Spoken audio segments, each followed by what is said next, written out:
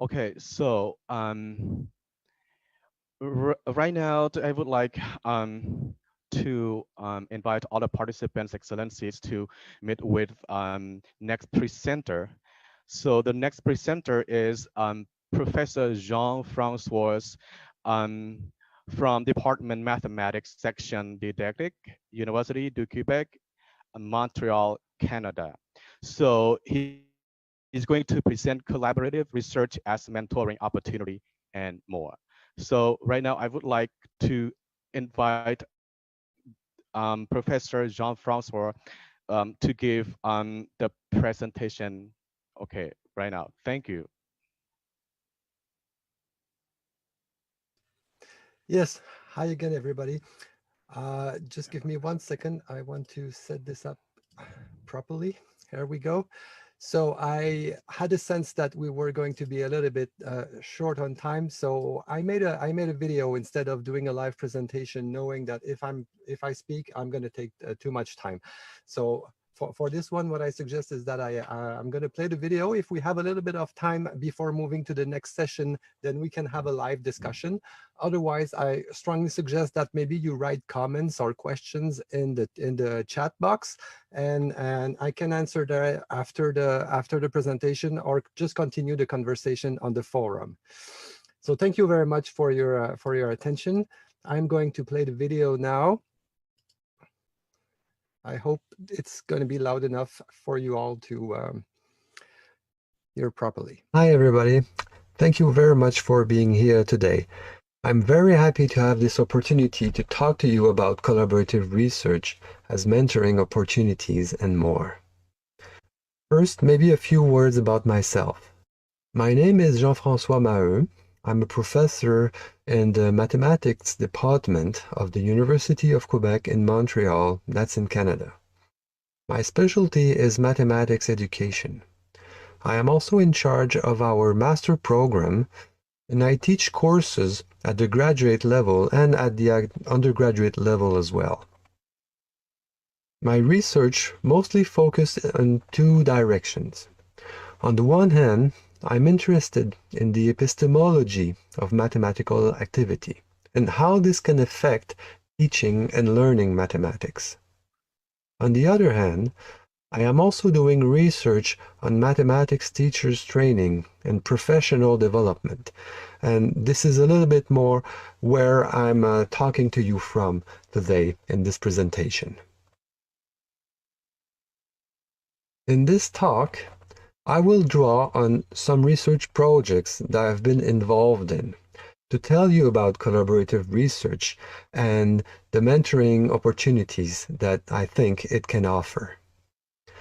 One project was designed to better understand the professional development of teachers and participatory researchers. Yes. More specifically, we wanted to compare the professional development opportunities offered by collaborative research and action research. The other project aimed at understanding the work of didactical advisors in mathematics. They are those people who work for school boards to support teachers' professional development.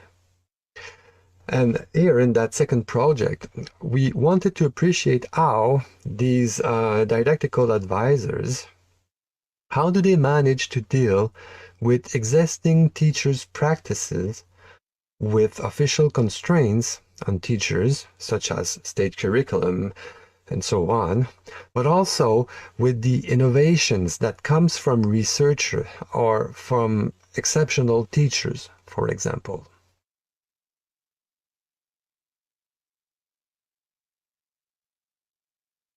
So let's begin by examining what is collaborative research really. In the 1980s, a new line of research emerged that brings together university researchers and teachers work on questions together related to teaching and learning in the classroom.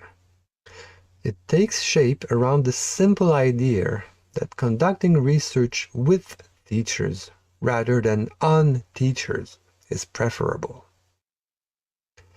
As such, It also offers a new way of thinking about the relationship between research and practice, between researchers and practitioners.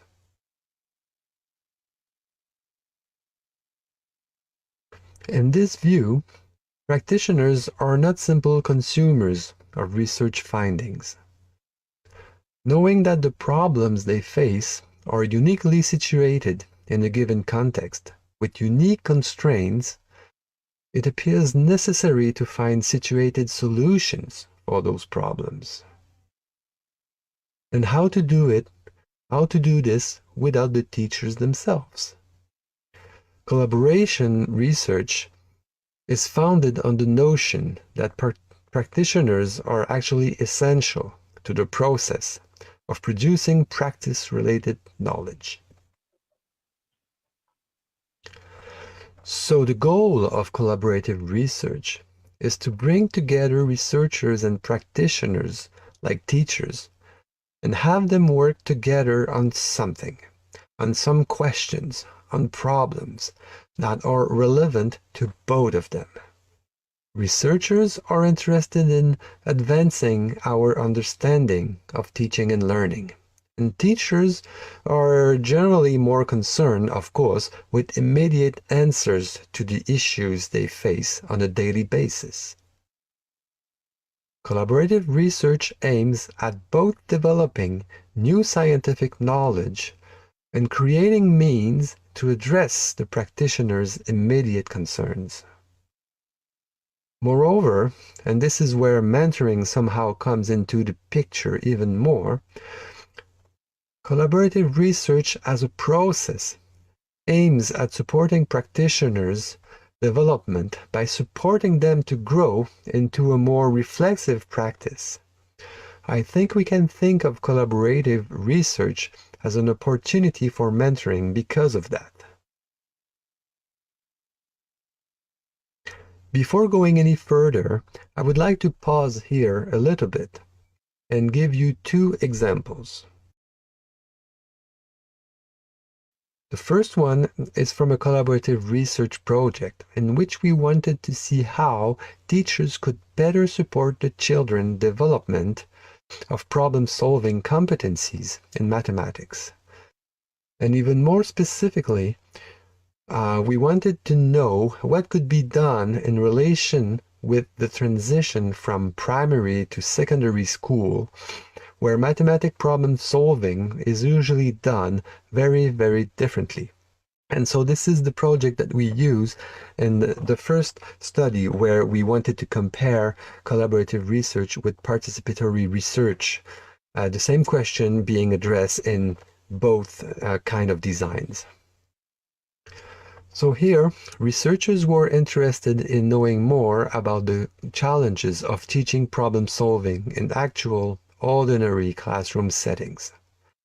And they wanted also to better understand the transition between school levels as experienced and understood by the teachers. Practitioners, on the other hand, wanted, of course, some ready-to-use resources for their teaching, but also to better understand what mathematical problem solving is all about, what they should expect, what they should aim for, and how they can best prepare students to do it locally, but also for the secondary level, and how to best receive students coming from the primary level if they were high school teachers. In terms of design, the research took place over 1 year. The main researcher sat at a table with 8 practitioners from different schools and school levels, and together they discuss shared experiences, insights, resources. But that's not all. They also created problems. They tested them. They created a toolbox for the students and another one for the teachers around them, and so on. As they did this, novice teachers and more experienced ones worked together, supported by the researcher, to think about what they do in the classroom and the challenges they face. Many of the difficulties and questions they had were discussed, and everybody would contribute to find ways of addressing these issues.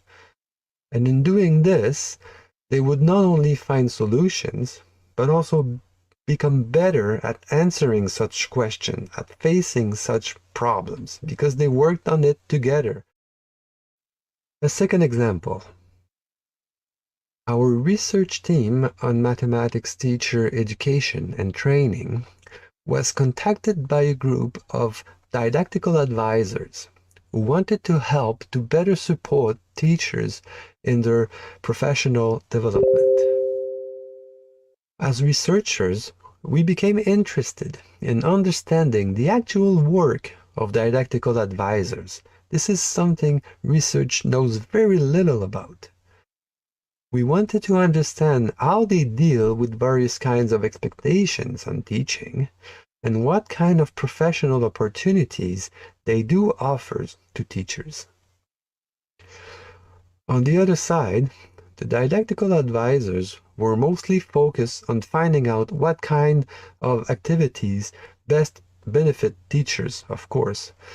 And they also wanted to know more precisely, or more specifically, what could be the effect of their own practices on teachers and their classrooms. Here, over maybe 3 or 4 years, about 10 didactical advisors sat monthly with a group of 6 researchers, discussing ideas and experiences, eliciting the rationale behind the choices they make, and debating different approaches to in-service teacher training. The project is still ongoing, but we can already mention noticeable transformations to the practice of those advisors. A deeper understanding also of the multiple voices speaking through them when they work with teachers.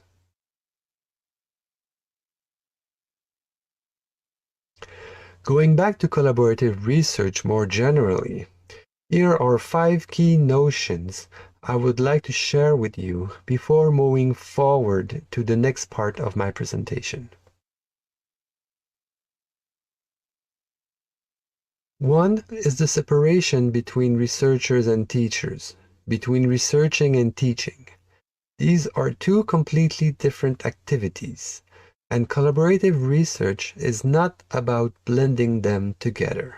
On the contrary, we consider this separation to be necessary and even actually useful for what it creates. Dialogue is based on similarity and differences. Another fundamental aspect is respect and curiosity towards the other. That is absolutely necessary for collaborative research to take place. Researchers and practitioners need to be genuinely interested in what the other has to say. They need to want to learn from one another if they want to learn together, and create something and find answers and so on. With this, naturally comes the importance of negotiating what the collaborative research is actually going to be about exactly. Researchers and practitioners both need to be open to adapt, adjust, and sometimes perhaps even change what they initially wanted to address. Express their concerns and needs is necessary, but they have to be flexible in that and take time to come to some sort of an agreement. From there, collaborative research hinges on the notion that all parties will continuously and over time contribute to the investigation in one way or another. This can take many forms. Researchers often offer resources and interpretations based on scientific literature. Practitioners also share interpretation and experiences, but also they often open the door of their own classroom to experiment and This can be done with or without researchers being present. The time dimension, of course, is crucial here. Collaborative research cannot take place in a one-off meeting. We're talking about long-term relationship in some ways. Finally, collaborative research is also based on the idea that researchers and practitioners should be both involved in the communication of the outcomes of the project. Here again, this can take various forms. It could be that teachers will give feedback on the researcher's analysis, or it could be that the researchers will support teachers in writing for a professional journal or to organize a workshop. It can also simply be that they will work together on preparing and disseminating resources that were created for other teachers, for example. In all this, you can appreciate how we move away from a technicist perspective in which researchers would simply give teachers solutions that they are expected to implement in order to improve students' learning. And this is also how and where we can see that collaborative research is connected with mentoring, with providing professional development opportunities to practitioners like teachers, didactical advisors, and so on. Let's move quickly to the last part of this talk. What did I wanted to say exactly about mentoring here, and how collaborative research benefits school-based practitioners? What I would like to stress attention to in this talk is how collaborative research contributes to the development of participants as reflective practitioners. And I'm going to put here a reference to the work of Donald Shawn.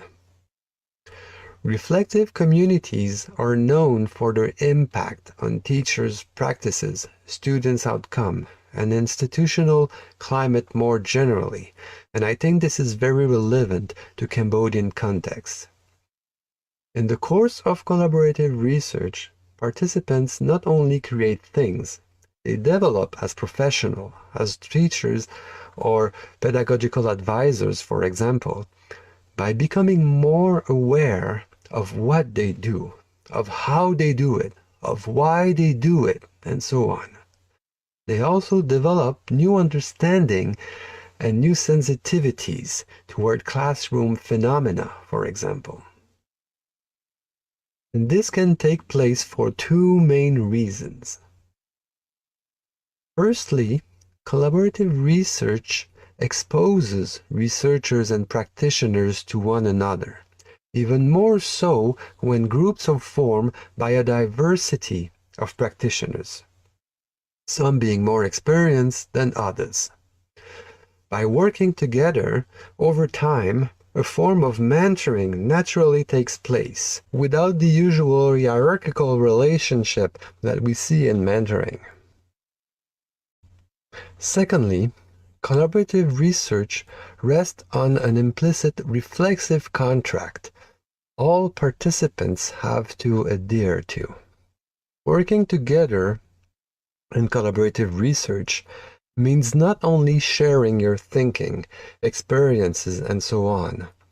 It means accepting to critically look into everything that is shared. It means to examine not only what one or another does or could do, but also engaging in questioning why and enter the detailed work of how. This reflexive attitude is, of course, generally first and foremost promoted by the researcher, but also often by old-timer participants who did collaborative research before. Because here's the thing, collaborative research is addictive. When a project is over, participants keep asking for more.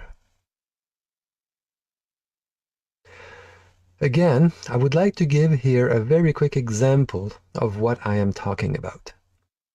In the course of our collaborative research on institutional transition between primary and secondary level in mathematics, some tensions between the collaborative research and the teacher's practices were explicitly mentioned by the participants.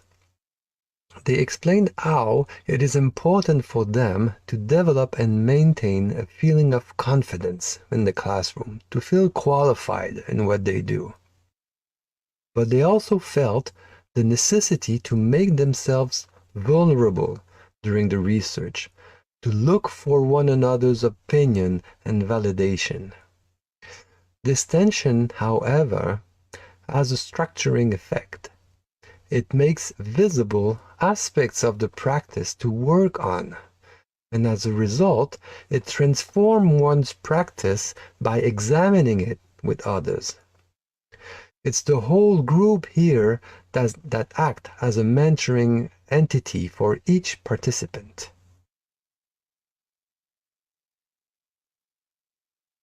Now, what about collaborative research in Cambodia? Well, of course, the challenges are huge. The educational community in Cambodia is still extremely small, and this is why events such as this one are so important. On the other hand, there is so much to learn because of this, and I think we have just reached a point where educational research can really start establishing itself in Cambodia, with new generations of freshly trained scholars with a genuine taste for research. We still need, however, to nourish and develop this community of researchers. And this is where international collaboration, in yet another form of mentoring, can do a lot. And I need to insist here that this research community needs to grow a life of its own. Research cannot be merely driven toward fixing schools' problems. It cannot be development only. It needs to grow a spirit as a love and quest for understanding, for seeing things differently, for explaining and revisiting, or deconstructing and reconstructing. Because research is not only how we help our schools today, it is also how we prepare ourselves to face the challenges of tomorrow. And so through this presentation, I really hope I could spark an interest for collaborative research in Cambodia and give you all a sense of how collaborative research could provide us with mentoring opportunities and more. Thank you very much for your attention.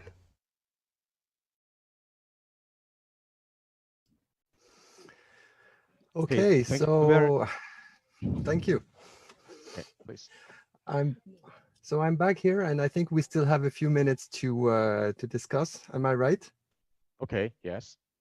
Okay, thank you so much for meaningful presentation, Professor Jean-Francois. So right now, participants can ask these questions to the professor. So, okay. So,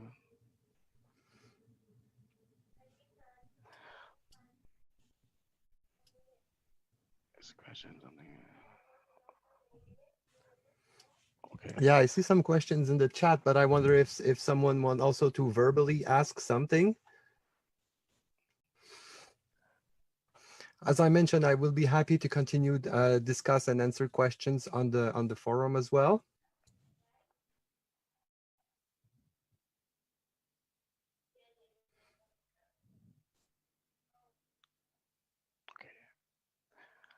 Yes. Okay. Professor. So right now, I just want to read the questions from participant or Gontai. So her question is, she has two questions. You know, so the first one is, what are research methodology that can be suitable for applied research? Why? And number two, in order to be a potential researcher, what should we do in our research? This question are for Professor. Okay, thank Yes. you. Okay. So maybe yeah, that was the first one. So maybe I can say a few things about that. Big big questions, of course. I think collaborative research is interesting because it has a component in it that is also applied research in a certain way, right? Because you go there, you develop. It's also there's a developmental part to it where you are going to create resources. When you work with people, you're going to create classroom lessons, you're going to create tools. If you're using, I don't know, computers, because you're teaching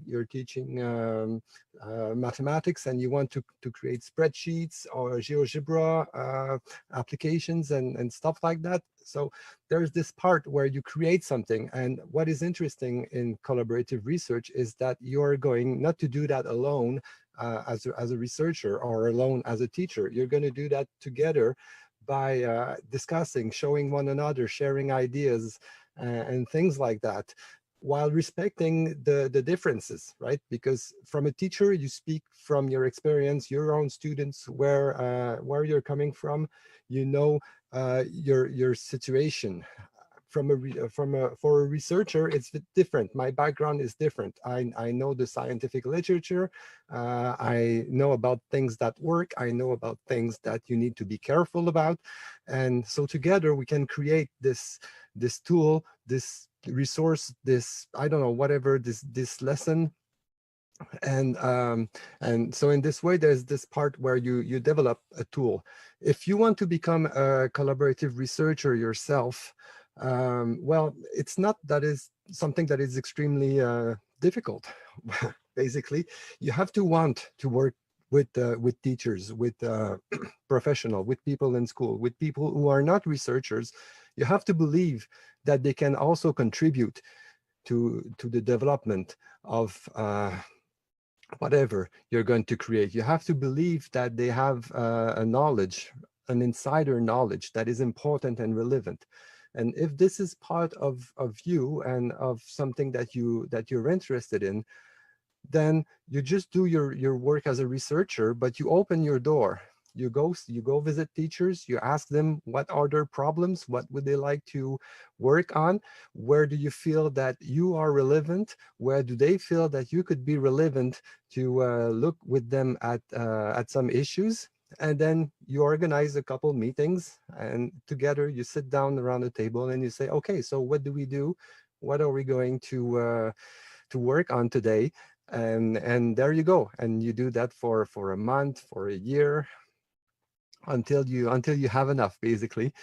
And there's always this part where you go home at the end of the day and you do your work as a researcher, because maybe you're going to record those sessions, maybe you're interested in understanding what the teacher is facing. You have your own research questions, and the teacher has his own also practical questions. This can be just a one-on-one. You don't have to have 12 people. In the examples that I shared, there were many researchers, there were many participants, but you can also do this one by one.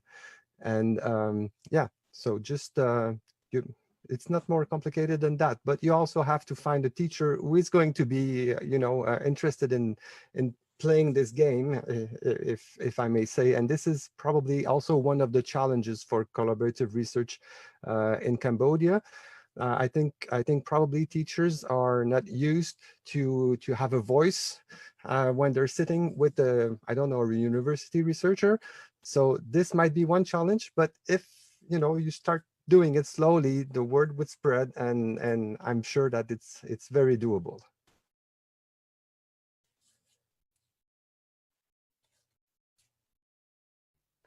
Okay, thank you so much, Professor Jean-Francois, for your meaningful explanation to Ms. Gosakonte. So I hope that Mr. Conte can get the explanation and some experience for your research. So okay, thank you so much for your presentation at this time. So I'm so sorry, the participants, that all your answer cannot be answered right now because of the time limitation. So you can continue and drop your questions in the chat box or privately to Professor Jean-Francois. And yeah, he can answer your question privately. So thank you so much, Professor. Thanks Okay, to you. so I will also participants. open on the website. I will open in the forum a discussion about my talk. So if you want to continue discussing, let's go on the website on the forum. I will be there to answer questions. Thank you so much. Okay, thank you so much.